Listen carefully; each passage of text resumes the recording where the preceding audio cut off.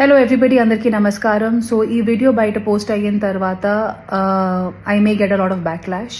కానీ ఈ వీడియో వచ్చి ఎలాంటి పొలిటికల్ థాట్ ప్రాసెస్ కానీ మన ఏపీ తెలంగాణలో కానీ మన కంట్రీలో జరుగుతున్న డెవలప్మెంట్కి విరుద్ధంగా కానీ నేను పోస్ట్ చేయట్లేదు. హెచ్సియూలో జరుగుతున్న పోరాటం గురించి అందరికీ తెలుసు. అండ్ అందరూ వాళ్ళ సోషల్ మీడియాలో ఆల్ ఐజ్ ఆన్ హెచ్సియూ అనే పోస్టులు కూడా పెడుతున్నారు.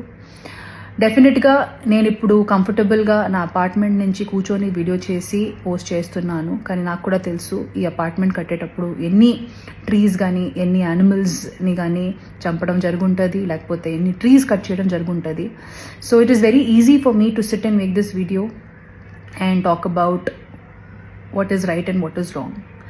But as a layman ఇప్పుడు జరుగుతున్న ఇష్యూ ఎందుకు జరుగుతుంది, లీగల్గా దాని ఆస్పెక్ట్ ఏముంది, నాకు అంతగా దాని మీద అవగాహన లేదు. కాబట్టి యాజ్ అ కామన్ మ్యాన్ నిన్న రాత్రి జరిగిన డెవలప్మెంట్ వీడియో చూసిన తర్వాత after listening to all the cries of those birds and ఆ బర్డ్స్ అండ్ పీకాక్సే కాకుండా they are many more deers and other species which I have been habitating there. Maybe this is our chance to redeem ourselves. Peak summers are coming in and ఇలాంటి ఒక సందర్భంలో ఆ పక్షుల్ని ఆ పశువుల్ని వాళ్ళ ఇంటి నుంచి బయట తరిమేయడం అనేది ఎంతవరకు కరెక్ట్ నాకు తెలియదు సార్. కానీ you are our only power and you are our only option to rehabilitate those animals.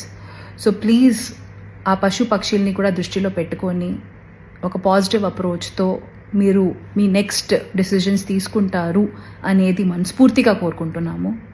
Once again, thank you so much and I hope many voices join and ఏదో రకంగా ఈ విషయం ఈ మ్యాటర్ మా గవర్నమెంట్కి తెలుస్తుంది అండ్ తెలిసి వాళ్ళు ఈ పక్షుల్ని కూడా వాళ్ళ దృష్టిలో పెట్టుకొని వాటిని రీహాబిలిటేట్ చేసి అప్పుడు వాళ్ళు నెక్స్ట్ మూవ్ చేస్తారు అనేది కోరుకుంటున్నాము. Once again, thank you so much and let's hope for the best.